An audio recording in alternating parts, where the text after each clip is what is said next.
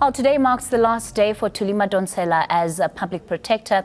It's unclear if she will oppose President Jacob Zuma's application to interdict the state capture report. We're joined in studio by the ANC's national spokesperson, Zizi Kodwa, just to get a sense of what the governing party has to say about what many have described as mayhem and chaos about what's really happening in the country right now. Zizi, what is happening in your perspective? Well, I think there are many interpretations about the state of the nation at the moment, given some, of course, we've got to be concerned as all South Africans about certain developments and their detrimental effect, firstly to the economy, but also the image of the country. I think what is happening, for example, today is that we're still looking forward as the African National Congress to her report, the outgoing public protector. You will recall, it was us, the ANC, early this year, during the Lekgotla, we made a call that we needed all those who've got these serious allegations about corporate state capture, because in our view at the time, we said these allegations are a threat to a national democratic revolution, they are a threat to a revolutionary movement, they are a threat to a democratic state. Of course, as we are aware, we created an avenue. What happened then is water under the bridge now. That's why we're looking forward to an evidence which can point to these allegations of state capture. Whether it's today or any other day, we still look forward to that report. But by all intents and purposes, the president doesn't want this report to come out. Rooyen doesn't want this report to come out. So how can the ANC boldly say that you do support the releasing of this report when the very highest office in the party doesn't want it out? No, you must recall, all people who are implicated, again, in terms of the law and their rights, they have every right to challenge whatever section of the report or the manner in which the report was formulated. Is their right, people who are implicated. That's why even the final report, you still have a right to review it in a court of law. So it's not like the final report in terms of remedial action if you can't go to a court of law. So there is a recourse for people who are implicated in the report, and therefore for us, whether it's today or any other day, we're looking forward to that report. Do you think she must go ahead and release this report? No, it's not for me to say that. There are other things that she must take into totality, including the challenges, the people who, within the law, that they are challenging the release of her report. But I think if at the end of the day, she's unable to release the report, the incoming must also do the same, because we think the incoming, as she comes into the big shoes of the outgoing, she must do her work without fear or favor, without prejudice. We don't ask any favor from her. That she must be as fearless as the outgoing. Zizi, many are saying that this shows that the president has something to hide. Do you think he does? Well, I know public commentary, sometimes we can create a perception that there's something that we know and yet we don't know.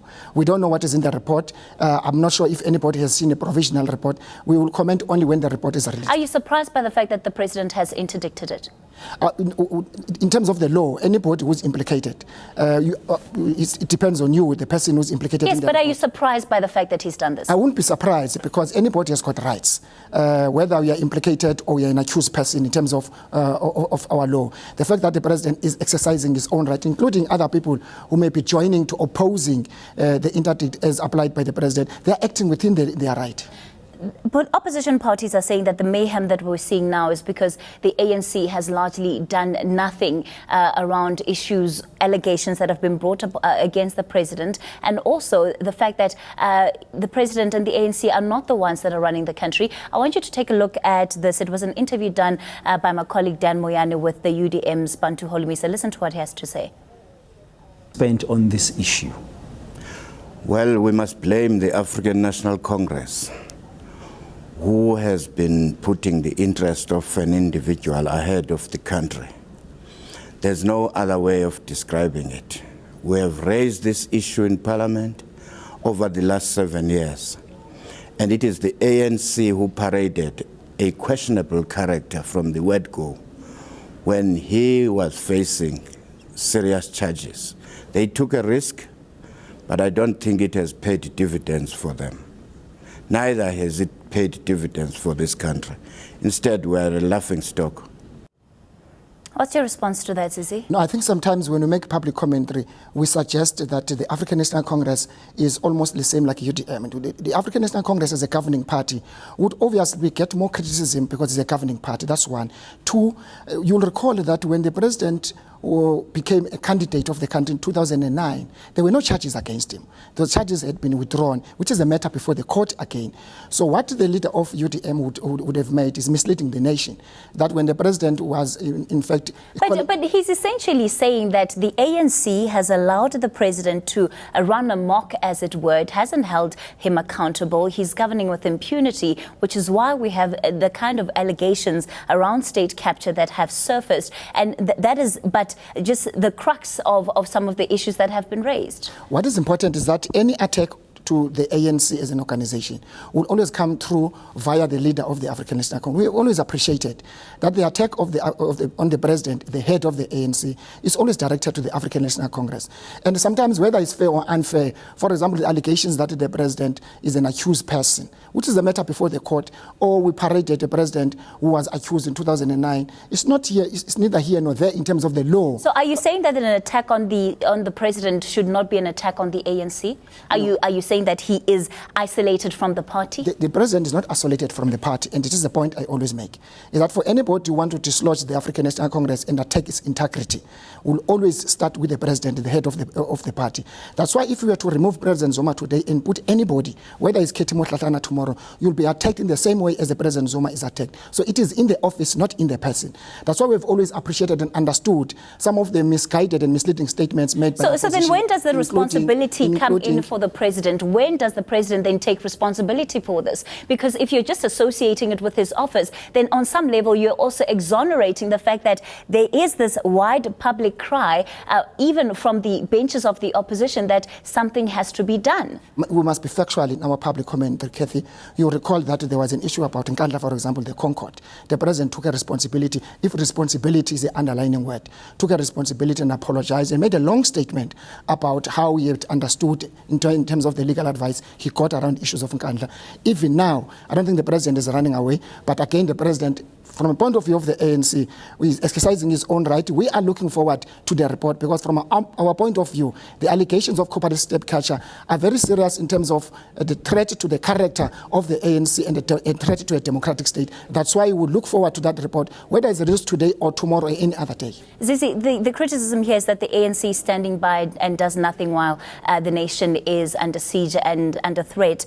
This morning, we're going to see opposition parties go to court in a bid to oppose the interdict by Minister Des van Rooyen. What is the ANC going to be doing? How are you getting involved in the midst of all of this? On the 2nd of November, opposition parties, civil society have said they're going to be marching in Pretoria. How is the ANC involved in all of this? How do you see your... The ANC can't act outside of the law. People who go to court and so on, it is within the constitutional, it's a Bill of Rights, the Constitution and the law. And therefore, we shouldn't suggest that the ANC, because of that, is not doing anything, and therefore the ANC must stop what is it's defined in terms of the law. When people go to court and use their rights, which are enshrined in the Constitution, let's allow that, because courts are final arbiters in all disputes. If there's a dispute, it goes to court. Our court system, it works in terms of the odi arteram partem principle. Listen both sides, and I think we must allow that, so that at the end of the day, we don't make speculation outside of the court systems. Zizi, for those people across the country who are anxious, who are uncertain about what the future of this country holds, what does the ANC have to say in terms of perhaps addressing those concerns right now? What is your message that can bring some kind of confidence into the governing party? We must not institutionalize individuals. That is the always point we want to make. And it's important that South Africa's constitutional democracy has got strong foundations. The institutions that support our democracy, that's a Chapter 9 institution, are very strong, including our courts are very strong and they are independent. As long as those do not themselves act on the basis of supporting or defending individuals, our country is still a greatest investing destination. And I think investors must take into consideration the fact that under the ANC, those institutions will always be supported. That's why even today, we praise the outgoing public protector. Time to time, we disagree with the nature of our democracy, but she's been the rose that grew from the concrete. She's been very strong, and I think we hope that the incoming will be like a rose as well, who grew from the concrete. We will face many attacks, but at the same time, we'll defend her office, we'll defend the act, we'll defend the constitution without prejudice, without fear, without any favor. All right, Zizi, that's where we leave it for this morning. ANC spokesperson Zizi Kodwa.